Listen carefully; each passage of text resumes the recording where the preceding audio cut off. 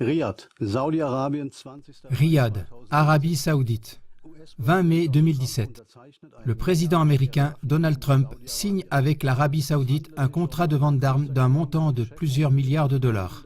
Il s'agit d'une déclaration d'intention sur des affaires d'un montant de 110 milliards de dollars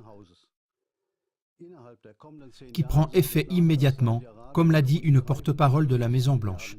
Dans les 10 années à venir, il est prévu que l'Arabie Saoudite achètera de l'armement aux USA pour environ 350 milliards de dollars. Cela représente le plus grand accord de vente d'armes entre les deux pays. À Riyad, le président Trump a dit textuellement « C'était un grand jour. Des investissements énormes aux USA, des centaines de milliards de dollars d'investissements aux USA, des emplois, des emplois, des emplois. » Qatar, le 15 juin 2017.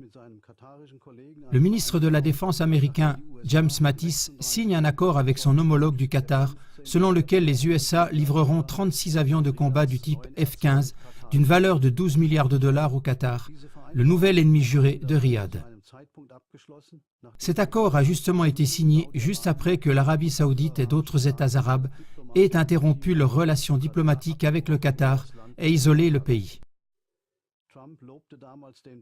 Trump félicitait alors sur Twitter le boycott contre le Qatar, écrivant qu'il était bien de voir que sa visite en Arabie Saoudite avait déjà porté ses fruits. CLA TV a relaté ce fait dans l'émission en langue allemande « Les raisons de l'isolement du Qatar ». À qui sert-elle? Mais comment expliquer que le gouvernement américain fasse des affaires dans l'armement se chiffrant en milliards avec l'Arabie Saoudite et en même temps avec son ennemi juré, le Qatar? Il existe une explication très simple que le général américain Dwight Eisenhower a déjà donnée pendant la Seconde Guerre mondiale et lors de son mandat de président des États-Unis de 1953 à 1961.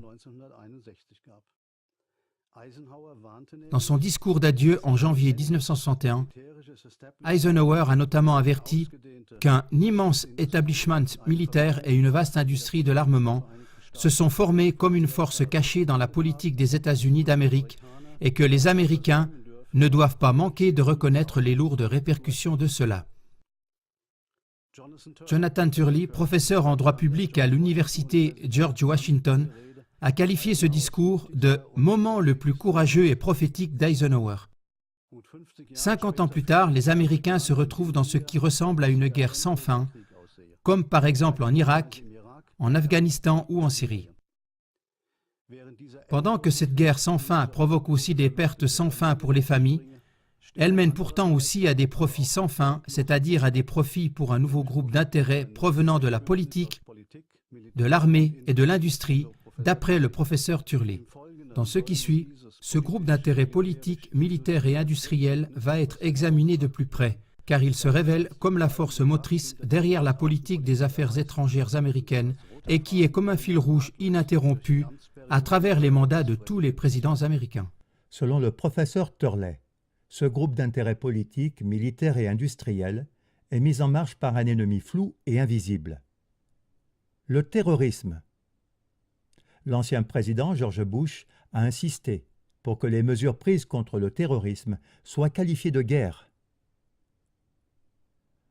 Le quotidien autrichien Die Presse titrait le 6 août 2007 « L'industrie de l'armement américaine, le grand business de la guerre ». Dans l'édition imprimée, il était écrit « L'industrie américaine de l'armement est florissante et s'accroît plus que jamais depuis les jours les plus glacés de la guerre froide. Ce n'est pas seulement à cause des guerres en Irak et en Afghanistan qui ont coûté 742 milliards de dollars aux USA, mais aussi à cause de la disposition générale de l'administration US à faire des dons, quand il s'agit de la protection de la patrie après les attentats du 11 septembre 2001 et le soutien d'alliés.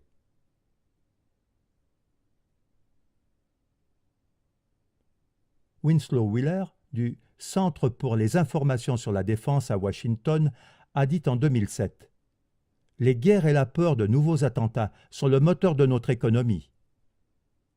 Les USA ne pourraient même pas se permettre de faire la paix. » Le professeur Turley a écrit en 2014 qu'il y a des milliers de lobbyistes à Washington pour faire en sorte que le budget pour la guerre et la sécurité de la patrie croisse sans cesse. L'expert allemand en politique internationale, le professeur Günther Meyer, a dit le 21 octobre 2016 dans une interview avec le journal Schweizer Tagesanzeiger, que l'industrie de l'armement américaine fait partie des principaux donateurs dans le think tank Centre pour une nouvelle sécurité américaine, CNAS.